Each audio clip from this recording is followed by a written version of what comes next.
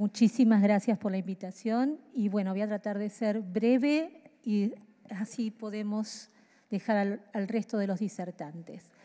Bueno, yo quiero empezar con algo bien básico que estuvimos hablando, que son las características humanas, la característica de nuestra especie, del Homo sapiens. Y es la necesidad y la capacidad de amar y cuidar y de sentirnos amados y cuidados, que son propias, constitutivas, y aclarar, recordar que no hay un yo sin un otro, un poco lo que decía recién la licenciada.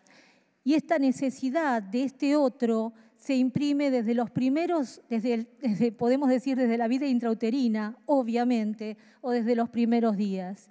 Y la capacidad que tenemos de poder establecer vínculos significativos que son intensos, duraderos y en parte constitutivos de nuestra identidad. Y cuando yo enumero esto, estoy enumerando también una condición, hace poco decían, las cuestiones culturales. Traté de ser sintética y no irme por toda la neurobiología que me encantaría comentarles, toda la evidencia que tenemos del impacto neurobiológico de lo que es la falta de cuidados parentales tempranos o el estrés, el maltrato y sobre todo el abuso. Pero voy a ser sintética y quiero aclarar también que Homo sapiens va independientemente de las culturas. El trauma, el abuso, no se silencia porque esté aceptado por la cultura como los matrimonios. También la importancia de cómo el ambiente, los estímulos y los vínculos van a esculpir este cerebro. Hoy conocemos la epigenética, el Premio Nobel de Medicina que describió el genoma del Homo sapiens y también cómo sabemos que todos estos estímulos modifican la expresión de esta genética, de lo que podríamos ser y que según ese trauma cambia destinos.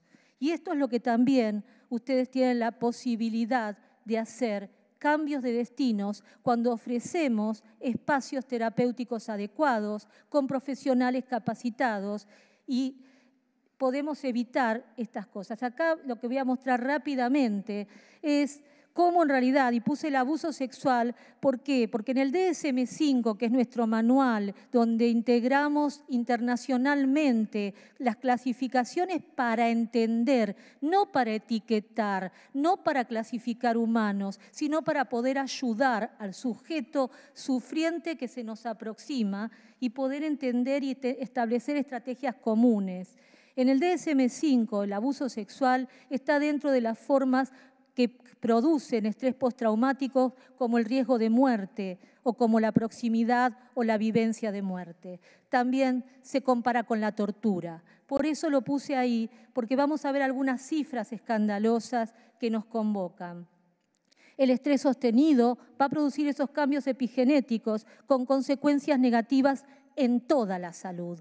Hoy sabemos que producen enfermedades inmunológicas y podría seguir citando trastornos funcionales, trastornos de personalidad. Cuando digo esto lo puedo documentar con trabajos científicos serios, que trayectorias de vida, investigaciones lo pueden probar. Y también autolesiones y suicidio, además de consumo de sustancias o trastornos funcionales. Aquí quise traer esto, fue los únicos datos que encontré, son del 2019 y según el Ministerio de Salud pueden ver que la primer causa de muerte entre el año de vida y los 19 son las causas externas. Y si vamos a la población adolescente, el suicidio, según UNICEF, es la segunda causa de muerte.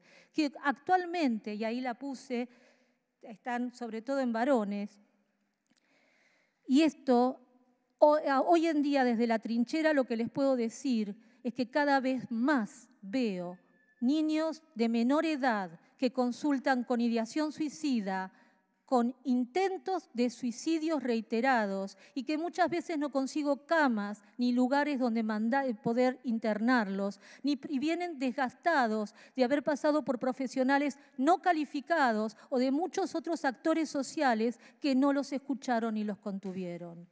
Esta es otra estadística vieja, prepandemia. de abuso sexual, fíjense de la línea de denuncias, cómo el 60% de las víctimas de abuso son niñas, niños y adolescentes. Y quiero hacer énfasis en esto, aumentó un 50% pre-pandemia. En el encierro social obligatorio, sabiendo nosotros que la mayoría de los casos de abuso sexual son perpetrados por familiares, quedaron encerrados con sus propios perpetradores. Y eso lo vemos en la clínica. Sin datos, porque no los tengo, les puedo contar desde la trinchera o desde la asistencia, no de la trinchera, el aumento de consultas por depresión y ansiedad en edades cada vez más temprano. Estamos viendo niños de 10 años con ataques de pánico. Cuando hablo de ataques de pánico, hablo de la necesidad de tomar medidas, incluso medicamentosas.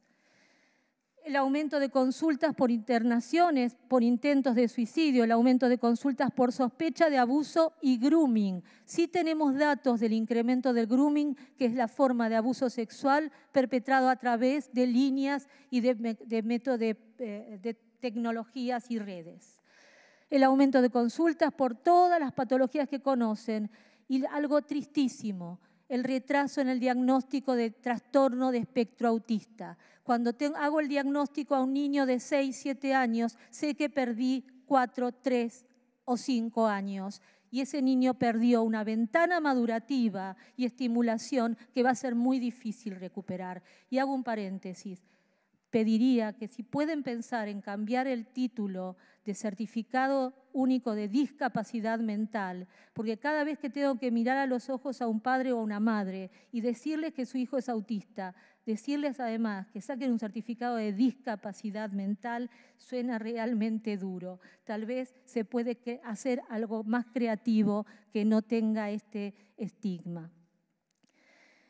La saturación de los efectores disponibles para dar respuestas. Lo mismo, víctimas de abuso que atendemos en el hospital y que tenemos un dispositivo del programa de la Facultad de Psicología, pero que tienen que esperar meses o semanas para ser atendido. Los estamos revictimizando, no les estamos dando respuesta, sin hablar de lo que tienen que esperar en la justicia y si es que acceden a ella. Esto es una encuesta que estamos haciendo con unos profesionales de CEPASI. No tenemos, estos son solamente resultados preliminares.